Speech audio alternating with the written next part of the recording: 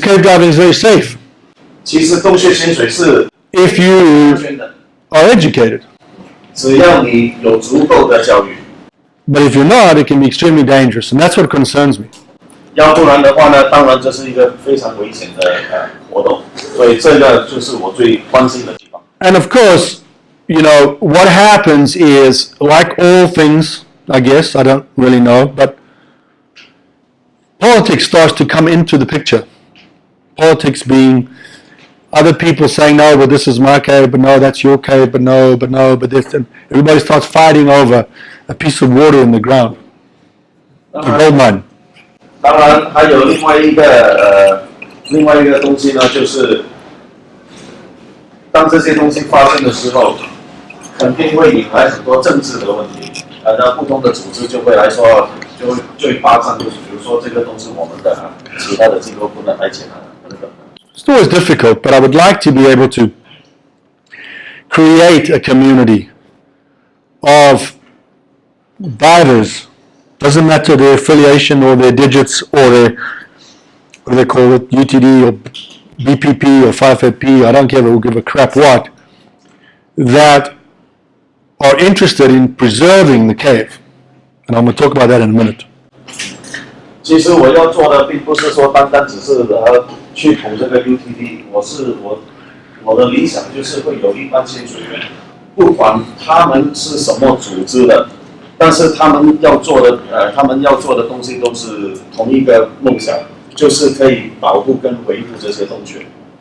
Because there are certain protocols, right? There are certain protocols, like this line, or the sign at the entrance, that we have learned over the last 20 or 30 years of this, that you need to do to make it things safer. 因为在这20年里面的经验累积起来的经验，我们知道有一些步骤是决定要做的例如拉这个黄金线，或者在洞口那边放一个警告。And that line, and that sign, and that map, and so on and so on and so on, all become part of the community and its resources to enjoy that cave safely. 所以呢，不管是黄金线也好，那个警告也好，甚至是那个洞里面的那个地图，这些都是可以要来分享给其他的潜水员，让他们更安全的去潜入这些洞里面。Otherwise, what can happen, like it happened in France, right, where like the French people, they don't trust anybody's line. So they were cave diving and everybody was running their own line, whatever they thought was their line, right? And left their line in the cave. 要不然呢，就会发生一些像在法国发生的东西，因为法国人的这些潜水员，他们根本不会信任其他的洞穴潜水员，他们都会进到洞里面都会拉自己的线，所以拉了自己的线之后呢，就会把自己的线留住，所以在法国的洞里面到处都是线。So then the next guy would come, and he would say, well, I don't trust the line, so he would run his own line. And the next guy, and the next guy, and the next guy. And pretty soon you just had spaghetti. 所以到目前为止呢，法国的洞里面就好像意大利粉一样，就好像意大利粉到处都是。Obviously, we don't want to see that. So what we want to do is we want to say, look, this cave, whatever its name, ABC Cave,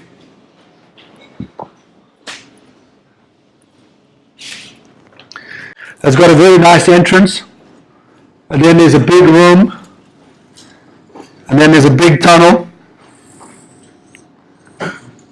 Anybody wouldn't know where this cave is yet? So anyways, the point being, this is the cave. And if you take a line, and you make the line over here, and you run the line like this, and you make the line end, that is a very nice tour. And what would happen is you would make a map and you would show to the community, hey, I've got a very nice, thick, beautiful line that's 30 meters inside the door, and it goes to the right wall. So your open water diver, who's in the basin over here, they can't see the line. They just see the dark hole. They say, maybe I don't want to go in that dark hole. The cave diver says, I'm going to tie my line out here in the open water. I'm going to run a little line to the big line, and then I'm going to go for a nice tour. And then we discovered this other passage. And this other passage, we put something called a jump. And then we put another line, and that line goes off on the jump. And then that's our map. So now we have people that can do the next level of cave diving, say, oh, I can come and I can make a tour, and I can make a jump, because the way I did this, and the way I've done this, is all protocolized. It all comes from 29 years of cave diving throughout all of the cave diving communities in the world. This is how you would set this cave up. This is how you would set that double jump up for the jump with double arrows. This is how you would make the gap in the line. This is how far you would put back the primary tire. These are important protocols that must be installed in the cave as a community so that we can all share and enjoy the cave, versus 29 Chinese guys just go bolting in there with their own line and just do whatever shit they want to do, and pretty soon it's a big old disaster. That is what we want to achieve. So you can re-explain that one while I take a break. A.G. 的理想愿望呢，就是他有29年的潜水经验和布置这些线呢成为标准。线呢一定要那个黄金线一定要在洞里面，有可能是30米、50米或者100米进去那洞里面 ，OK。这也是因为我们的主线轮一定要超越100米，对不对？你拉线的，你铺线的时候呢，不要直接就卡的过去，你要照着洞的那个地形，墙壁的来铺那个永久线或者那个黄金线。到了这边呢，因为这边还有一个小的一个气势嘛，还是一个通道啊。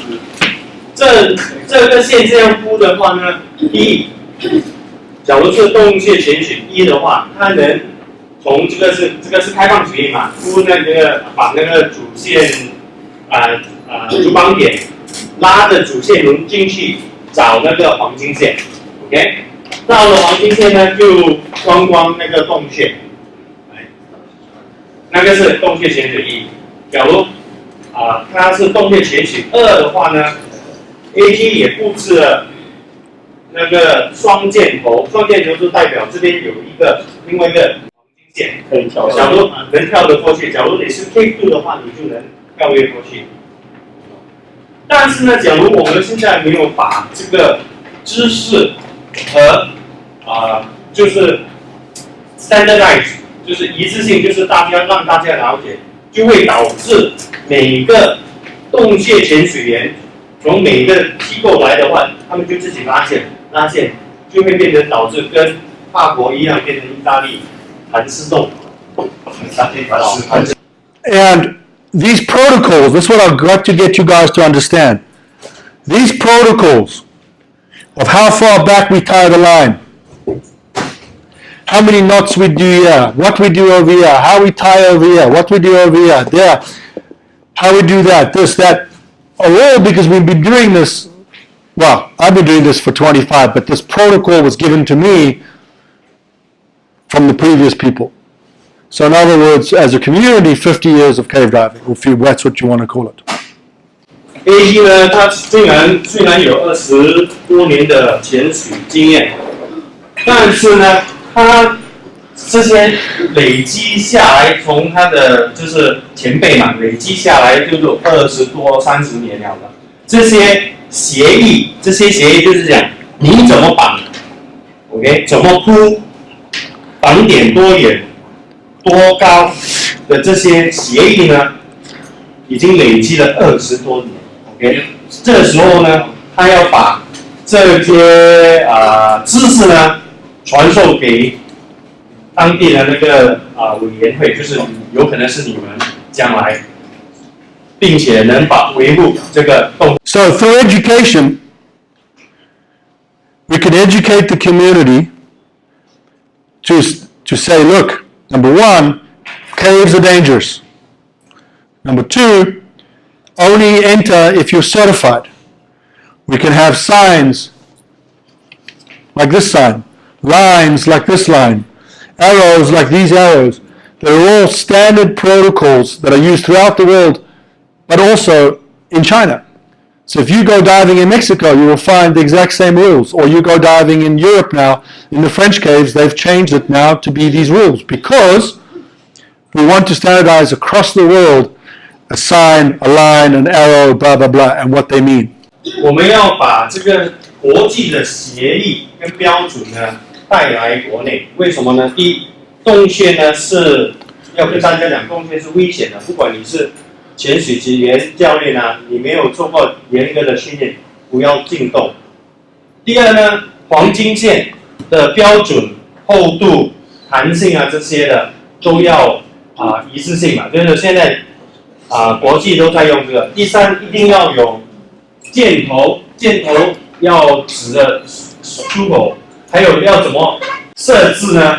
跟着全球的协议跟标准。法国呢也已经开始接受这些了，墨西哥、巴拉比多州，所以呢，国内呢也应该要有这种协议。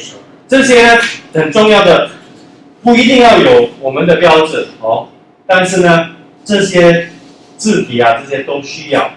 So I realize that, again, that coming into a place like China with such a fledgling cave community, we can, as an organization, have some impact and change some of the mindsets so that they can, again, preserve the cave.